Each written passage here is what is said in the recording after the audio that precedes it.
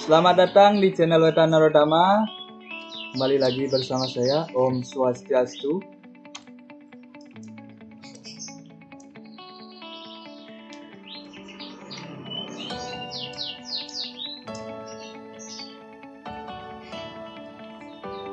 Baik, pembahasan kali ini adalah mengenai lanjutan dari soal pedagogik part 1, yaitu sekarang lanjutannya yaitu soal pedagogik tes kompetensi guru P3K 2021 soal terupdate beserta pembahasannya. Jadi ini adalah lanjutan dari yang part 1. Baik, sebelumnya jangan lupa klik like dan tonton video ini sampai habis. Terima kasih. Baik, langsung saja ke soal nomor 1 untuk mengefisienkan waktu.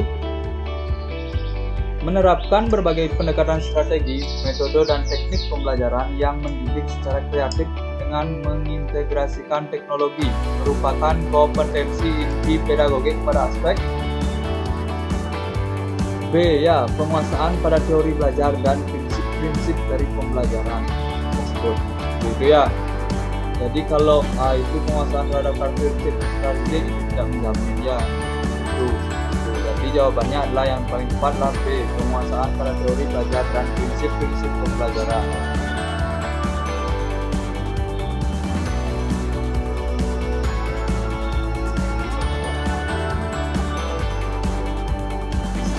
Baik, soal nomor 2. Teori ini memandang belajar sebagai hasil dari pembentukan hubungan antara rangsangan dari luar atau stimulus dan balasan dari siswa atau respon yang dapat diamati.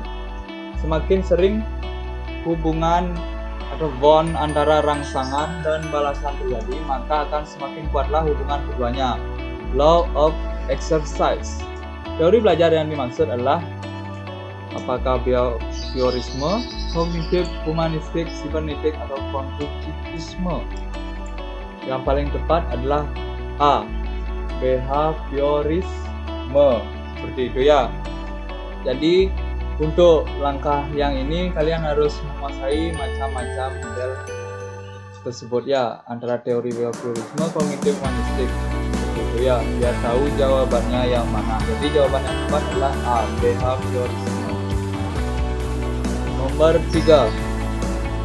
Di dalam proses pembelajaran, para siswa diharapkan dengan situasi di mana ia bebas untuk mengumpulkan data, membuat dugaan atau hipotesis, coba-coba atau trial and error, mencari dan menemukan keteraturan pola, menggeneralisasi atau menyusun rumus beserta bentuk umum, membuktikan benar tidaknya dugaan itu. Hal ini merupakan penerapan teori belajar A, sibernetik, B, kognitif, C, humanistik, dan D, behaviorisme, dan E, konstruktivisme. Jadi jawabannya yaitu E, konstruktivisme. Di sana sudah dijelaskan pada soal mencari dan menemukan, mencoba juga seperti itu ya. Jadi konstruktivisme, konstruk itu sih istilahnya ya. Jadi soal nomor 4. Seorang guru yang mengembangkan tujuan pembelajaran untuk menggambarkan proses dan hasil belajar yang diharapkan dicapai oleh peserta didik sesuai dengan kompetensinya dimuat dalam RPP ya. Jadi seorang guru yang mengembangkan tujuan pembelajaran untuk mengembangkan proses dan hasil belajar yang diharapkan dicapai oleh peserta didik sesuai dengan kompetensinya dimuat dalam RPP, rencana pelaksanaan proses pembelajaran. Rencana pelaksanaan pembelajaran RPP. Baik, lanjut ke soal nomor 5. Dalam mempersiapkan pembelajaran, seorang guru akan selalu bertemu dengan istilah silabus dan RPP. Silabus dan RPP sama-sama sebagai rencana proses pembelajaran. Perbedaannya adalah sebagai berikut. A. Silabus berisi kompetensi dasar, sedangkan RPP mengarahkan kegiatan belajar untuk mencapai kompetensi dasar. B. Silabus bersumber dari standar isi dan standar tulisan, sedangkan RPP bersumber dari standar tulisan. Dan 4. Sedangkan C. RPP dibuat oleh setiap guru, sedangkan silabus dibuat oleh guru. Tidak tepat juga ya silabus RPP dan silabus keduanya disusun oleh setiap satuan pendidikan. Tidak. Dalam silabus dijelaskan metode media pelajaran, sumber belajar, langkah-langkah pembelajaran, evaluasi secara rinci. Tidak juga. Jadi jawaban yang paling tepat adalah A. Silabus berisi kompetensi dasar, memang. Sedangkan RPP mengarahkan kegiatan belajar untuk sampai kompetensi dasar, memang seperti itu ya. Jadi RPP itu adalah dipakai kita sebagai acuan dalam proses pembelajaran. Itu. Baik, lanjut nomor 6. Model pembelajaran yang mempunyai keunggulan antara lain berpikir dan bertindak kreatif, memecahkan masalah yang dihadapi secara realistis, merangsang perkembangan kemajuan berpikir siswa untuk menyelesaikan masalah yang dihadapi dengan tepat adalah. Nah, ini berbasis masalah, gitu ya. Jadi jawabannya problem solving, seperti itu. Baik, lanjut ke soal nomor 7. Seorang guru mengajukan pertanyaan kepada siswa dengan tujuan agar siswa tersebut mengingat kembali materi pelajaran yang sudah dipelajari sebelumnya. Hal tersebut termasuk kegiatan D. Ya, mengkaitkan atau membuat kaitan dari pelajaran sebelumnya. Kita kaitkan dulu pada syarat persepsi hingga bertanya kepada siswa, gitu ya. Jadi harus membuat kaitan terlebih dahulu. Jawabannya nomor 7 adalah yang keempat D. Nomor 8. Seorang guru menjumpai kebiasaan belajar yang kurang tepat yang dilakukan oleh salah seorang siswanya, sehingga kesulitan dalam mengikuti pelajaran. Langkah awal yang tepat untuk mengatasi kesulitan belajar demikian yaitu tunjukkan akibat atau dampak kebiasaan belajar yang salah terhadap prestasi belajar. B. Berikan kesempatan kepada siswa untuk mendiskusikan aspirasinya secara rasional. C. Ciptakan iklim sosial yang sehat antara guru dengan siswa dan antar siswa dalam kelas. D. Susun aturan dan batasan-batasan dalam proses pembelajaran. E. Berikan kesempatan memperoleh pengalaman yang menyenangkan atau memperoleh sukses dalam belajar meskipun prestasinya minimal. Jadi jawaban yang paling tepat untuk soal nomor 8 adalah E. Memberikan kesempatan memperoleh pengalaman yang menyenangkan atau memperoleh sukses dalam belajar meskipun prestasinya minimal. Jadi intinya motivasi siswa tersebut ya. Lanjut soal nomor 9. Faktor yang penting dipertimbangkan oleh seorang guru dalam melaksanakan diskusi pemecahan masalah pada proses pembelajaran adalah B. Ya, rumusan masalah yang harus didiskusikan, seperti itu ya. Jadi yang paling tepat adalah mendiskusikan rumusan masalah dalam proses pembelajaran tersebut. Soal nomor 10. Seorang guru menjumpai kelas yang motivasi dan prestasi belajar siswanya rendah. Hal utama yang menyebabkan motivasi dan prestasi belajar rendah karena A. Suasana kelas kurang kondusif karena tidak tersedia sarana belajar yang lengkap. B. Siswa pasif dalam belajar dan lebih senang main. C. Siswa tidak mendapat bimbingan belajar berkemajuan. D. Pembelajaran kurang menghargai perbedaan individu siswa. E. Siswa cenderung lebih suka belajar dalam kelompok. Jadi jawaban yang paling tepat adalah B. Pembelajaran kurang menghargai perbedaan individu siswa tersebut. Lanjut soal nomor 11. Pada saat mempersiapkan pembelajaran, seorang guru dapat menyusun strategi pembelajaran dan menentukan media yang akan digunakan dalam pembelajaran tersebut. Kemampuan dasar yang harus dimiliki seorang guru terkait dengan keterampilan memilih media pembelajaran adalah A. Guru harus mengetahui latar sosial budaya siswa dan sekolah. B. Guru mengetahui cara mengevaluasi pembelajaran dengan media. C. Guru harus memahami karakteristik dari media pembelajaran tersebut. D. Guru harus menyesuaikan diri dengan kemampuan sekolah. E. Guru menyesuaikan dengan materi pembelajaran. Yang paling tepat yaitu C. Ya, guru harus memahami dulu karakteristik dari media pembelajaran tersebut. Apakah cocok digunakan untuk siswa dan pembelajaran pada saat itu. Jadi selanjutnya adalah nomor 12. Seorang guru harus mampu memanfaatkan media pembelajaran dan sumber belajar untuk mencapai tujuan pembelajaran itu. Pernyataan berikut yang benar terkait dengan media pembelajaran adalah Media pembelajaran yang paling baik adalah media yang berbasis cerita. B. Sebuah media dapat digunakan untuk semua kegiatan pembelajaran. C.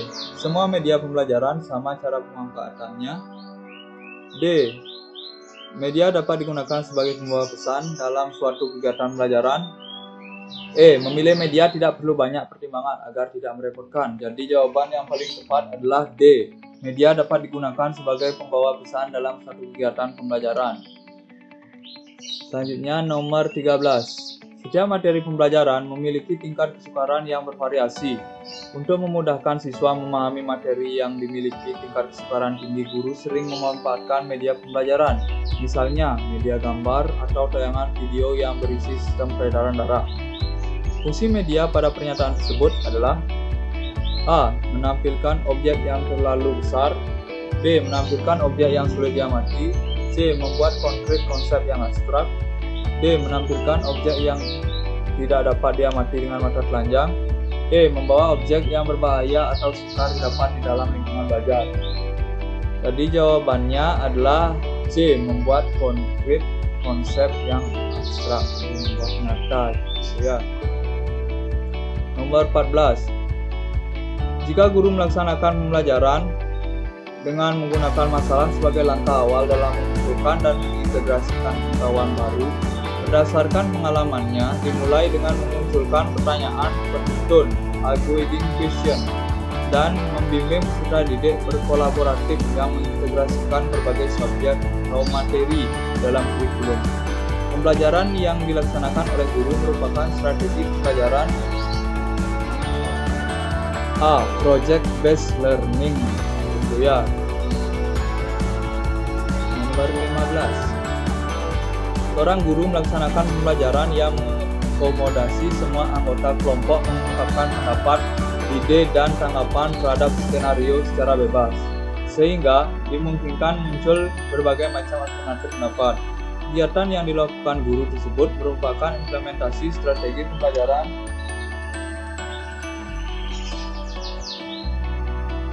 A. Project based learning. B. Inquiry learning. C. Discovery learning. D. Cooperative.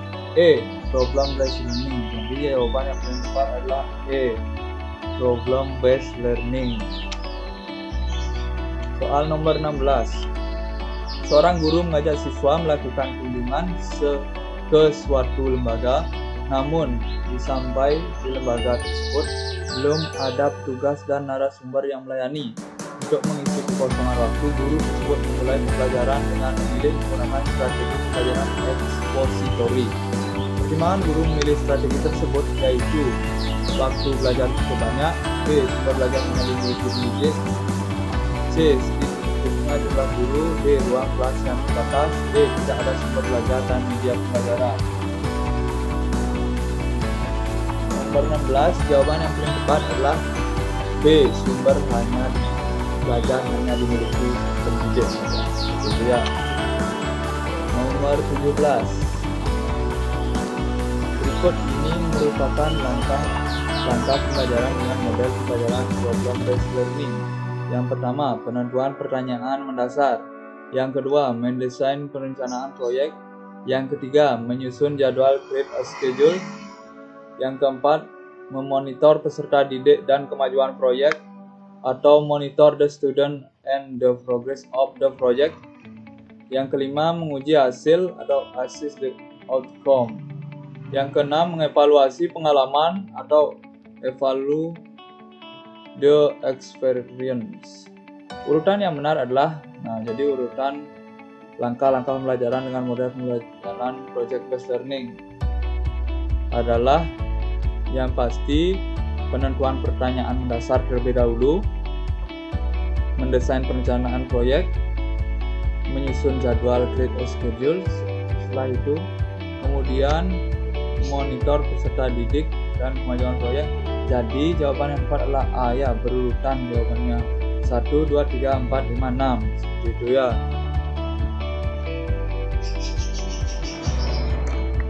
Soal nomor 18. Perhatikan langkah-langkah kegiatan pembelajaran yang masih acak berikut ini. Mengorganisasi siswa dalam belajar, orientasi siswa pada masalah, membimbing penyelidikan siswa secara mandiri atau kelompok, mengembangkan dan menyajikan hasil karya. Jika langkah-langkah tersebut disusun mengikuti urutan model pelajaran problem-based learning. Langkah yang pertama adalah problem-based learning. Yang pasti orientasi siswa pada masalah terlebih dahulu ya. Di dua yang pertama. Jadi jawabannya di antara C dan E. Terus selanjutnya membimbing penyelidikan siswa secara mandiri atau kelompok. Mengorganisasi siswa dalam belajar. Jadi 2, 3, 1, 4 ya, mengembangkan dan menyajikan hasil karya. Jadi jawabannya C ya. Di sini ada dua opsi, C dan E itu sama. Jadi jawabannya yaitu C atau E ya. 2, 3, 1, 4 itu sama. Soal nomor 19. Siswa melakukan kegiatan dengan berpedoman pada langkah-langkah telah ditetapkan ibu, yaitu mengamati fenomena sosial di sekeliling sekolah dan hasil pengamatan ditulis, disusun menjadi laporkan serta didiskusikan bersama guru dan teman sekelas. Pilihan strategi yang digunakan adalah discovery ya, itu. Jadi ini strategi pembelajaran discovery. Nomor 20. Seorang guru ingin membelajarkan dengan menggunakan strategi pembelajaran kooperatif. Maka urutan tahapan yang tepat pada model pembelajaran kooperatif adalah A. Orientasi belajar kelompok kuis penghargaan kelompok. Jadi jawabannya adalah A. Orientasi bekerja kelompok kuis penghargaan kelompok. Itu ya. Jadi jawabannya lain itu tidak tepat.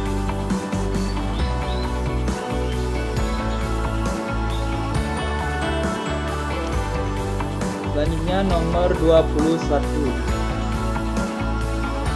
Kriteria keberhasilan belajar siswa ditentukan dengan menggunakan kriteria ketuntasan minimal atau disebut KKM. Kriteria belajar minimal KBM. KKM atau KBM adalah rata-rata setiap unsur dari kriteria yang ditentukan. Untuk menentukan KKM diperlukan faktor-faktor. Nah, dalam pembuatan KKM ini diperlukan ya. Jadi jawabannya adalah D. Dalam pembuatan KKM ada kompleksitas indikator, daya dukung sarana prasarana, dan inteks siswa. Jadi harus ada, kita menentukan dulu kemampuan siswa di sekolah tersebut. Daya dukung media sumber belajar kita tentukan juga seperti itu ya. Jadi jawaban yang paling tepat dalam membuat KKM adalah kompleksitas indikator, daya dukung, dan inteks siswa. Soal nomor 22. Seorang guru harus menentukan kriteria ketuntasan minimal KKM atau kriteria belajar minimal KBM. Berikut merupakan fungsi KKM atau KBM kecuali. Jadi ini yang bukan merupakan fungsi ya, karena kecuali. Jadi jawaban yang tepat adalah sebagai kegiatan pengambilan keputusan yang dapat dilakukan melalui metode kualitatif dan kuantitatif. Jadi itu yang salah jawabannya ya. Sisanya semuanya benar karena soalnya kecuali. Jadi jawabannya E. Soal nomor 23. Proses pembelajaran. Seorang guru ingin melakukan penilaian terhadap perilaku siswa, maka instrumen yang digunakan dalam proses pembelajaran tersebut adalah A. Pedoman observasi, B. Kuesioner, C. Tes tulis, D. Pedoman wawancara, E. Tes hasil belajar. Jadi yang paling tepat adalah pedoman observasi. Kita harus mengobservasi perilaku siswa tersebut. Jadi selanjutnya nomor 24. Setiap kali di akhir pembelajaran, seorang guru akan melakukan proses penilaian. Sebelum guru menyusun soal-soal untuk menilai hasil belajar siswa, manakah yang pertama kali harus dipelajari? A. Buku sumber yang digunakan, B. Kurikulum dan silabus, C. Karakteristik siswa, D. Indikator pencapaian kompetensi, E. Kemampuan awal siswa. Jadi jawabannya yang paling tepat adalah D. Indikator pencapaian kompetensi. Soal nomor 25. Upaya merancang pengayaan bagi peserta didik yang mencapai ketuntasan belajar optimal tampak dalam kegiatan guru sebagai berikut. A. Memberikan tambahan materi berupa sumber ajar dari pengarang yang berbeda. B. B. Memberikan tes tambahan dengan tingkat kesetaraan lebih tinggi. C. Memberikan tambahan sumber bacaan yang lebih mendalam dan tingkat variasi yang tinggi. Berikut instrumen tesnya yang sesuai. D. Diberi soal serupa untuk memastikan tingkat keberhasilan belajar. E. Diberikan materi bahan ajar yang lebih tinggi tingkatannya dan mengerjakan soal-soal yang membutuhkan tinggi. Jadi jawaban yang paling tepat adalah E. Diberikan materi bahan ajar yang lebih tinggi tingkatannya dan mengerjakan soal-soal yang membutuhkan tinggi. Soal nomor 26. Dalam kegiatan penilaian otentik, banyak model yang dapat digunakan. Pada suatu penilaian, seorang guru meminta siswa untuk mendemonstrasikan tugas belajar tertentu. Bentuk penilaian otentik tersebut merupakan contoh penilaian otentik berbentuk A. Penilaian proyek, B. Penilaian kinerja, C. Penilaian portofolio, D. Penilaian antar teman, E. Penilaian diri. Jadi yang paling tepat adalah penilaian kinerja, ya, jawabannya B. Soal nomor 27. Setiap akhir evaluasi dimungkinkan ada siswa yang prestasi belajarnya belum memenuhi ketuntasan, sehingga guru perlu melakukan remedi. Dalam rancangan program remedi bagi siswa yang capaian prestasinya di bawah ketuntasan belajar, yaitu C. Sasaran terpenting pengajaran remedial adalah peningkatan kecerdasan siswa. Jadi itu yang paling tepat, ya. Jawabannya C. Nomor 28. Jika seorang guru ingin melakukan kegiatan remedi, maka salah satu prinsip yang penting dipahami guru dalam merancang program remedial bagi siswa yaitu tampak dalam kegiatan berikut. A. Membuat rancangan pembelajaran khusus untuk siswa peserta remedial. B. Menggunakan rancangan pembelajaran yang telah dibuat dengan memperhatikan hasil temuan analisis evaluasi belajar. C. Menurunkan standar ketuntasan belajar. D. Menggunakan rancangan pembelajaran baru yang berbeda sama sekali dengan rancangan yang ada. Merancang tes ulang saja tanpa ada pengulangan berdasarkan materi. Jadi jawaban yang tepat adalah D. Menggunakan rancangan pembelajaran baru yang berbeda sama sekali dengan rancangan yang sudah ada. Selanjutnya soal nomor 29. Jika seorang guru ingin melakukan penilaian portofolio pada proses pembelajaran, maka penilaian portofolio dapat dilaksanakan dengan cara A. Memberikan penilaian menyeluruh terhadap tugas-tugas siswa. B. Mengumpulkan lembaran-lembaran jawaban hasil tes harian dan sumatif tiap siswa. C. Memberikan tugas kepada siswa untuk dikerjakan di rumah. D. Mengumpulkan hasil kerja masing-masing siswa yang telah diberikan masukan baik oleh guru dan rekan siswa dalam suatu album sebagai bukti hasil belajar. E. Mengumpulkan lembaran-lembaran jawaban hasil ulangan tiap siswa untuk melihat kesulitan siswa dalam memahami pokok bahasan tersebut dan kemudian diberikan pelajaran tes remedial. Jadi jawaban yang tepat adalah D. Mengumpulkan hasil kerja masing-masing siswa yang telah diberikan masukan baik oleh guru dan rekan siswa dalam suatu album sebagai bukti hasil belajar. Itu. Baik, ini adalah soal nomor 30. Soal ini merupakan soal terakhir di pembahasan pedagogi part 2. Silakan disimak. Berdasarkan data hasil evaluasi pembelajaran tentang memahami teks anekdot, ternyata hasilnya tidak maksimal. Dari 30 siswa dinyatakan berkualitas sejumlah 15 sehingga mengikuti program remedial. Sedangkan yang dinyatakan tuntas jumlah 15 orang mengikuti program pengayaan. Kegiatan pengayaan untuk 15 siswa dapat dilakukan oleh guru dengan cara A. Mengadakan pendalaman materi terkait dengan KD tersebut. B. Diberikan bahan ajar berupa modul. C. Digabung dengan siswa yang belum tuntas ikut remedial. D. Melanjutkan materi pada KD selanjutnya. E. Memberi tugas mengerjakan lembar kerja siswa. Jadi jawaban yang paling tepat yaitu mengadakan pendalaman materi terkait dengan KD pembelajaran tersebut. Seperti itu, ya. Jadi jawaban yang tepat adalah A. Baik, sekian pembahasan mengenai soal pedagogi part 2 edisi P3K tahun 2021 terupdate serta pembahasan. Nah, jika materi ini bermanfaat, silakan bagikan kepada teman-teman kalian. jangan lupa klik like dan jangan lupa klik subscribe bagi yang belum subscribe. Silakan di subscribe karena itu subscribe gratis seumur hidup. Terima kasih, sampai jumpa di konten video selanjutnya. Om Santi Santi Santi Om.